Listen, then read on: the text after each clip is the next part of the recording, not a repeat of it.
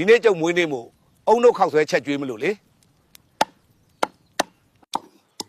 တော့ချက်သားမနှဲဘူးလားကိုကစီရဲ့တော့ကြရေငုတ်ရှာနေရအောင်မယ် မနှဲပါဘူးအတော်ပဲ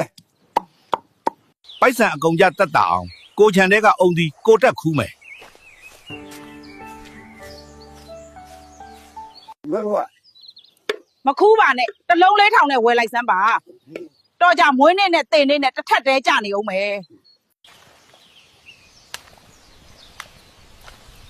ဟာအုံဒီခူးတာများစားဖွဲ့နေသေးတယ်ကဲမြန်မြန်လောက်ကြ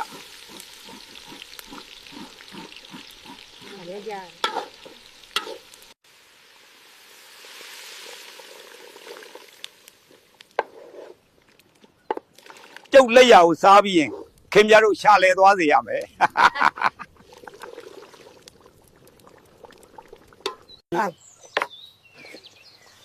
အမလေး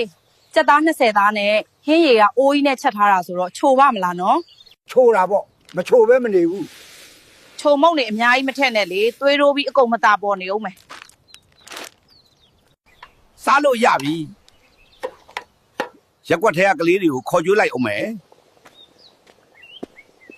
ကလေးတွေစားကြ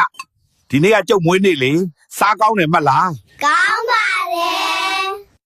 အုံတို့ခောက်ဆွဲလာစားကြပါအောင်ဗျာကောင်းမှကောင်း စားပြီးရင်ဆေးတောက်အောင်မယ်